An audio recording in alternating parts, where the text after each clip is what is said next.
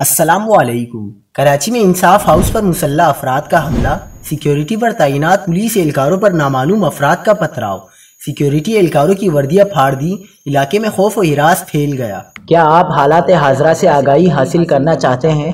خبر کے پیچھے چھپے اصل حقائق جاننا چاہتے ہیں تو ابھی سبسکرائب کیجئے جلمل پاکستان کو اور ساتھ ہی گھنٹی کے نشان پر کلک کر دیں۔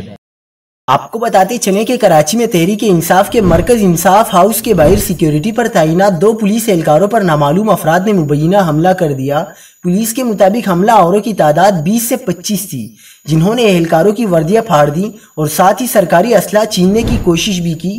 پولیس کا کہنا ہے کہ پولیس کی مزید نفری آنے پر حملہ آور پتھراؤ اور فائرنگ کرتے ہوئے فرار ہو گئے، جبکہ حملہ آور چیئرمین پی ٹی آئی کی رہائی کا مطالبہ کر رہے تھے۔ پولیس کے مطابق نامعلوم افراد کے خلاف مقدمہ درج کر لیا گیا ہے اور اس حوالے سے مزید تحقیقات جاری ہیں۔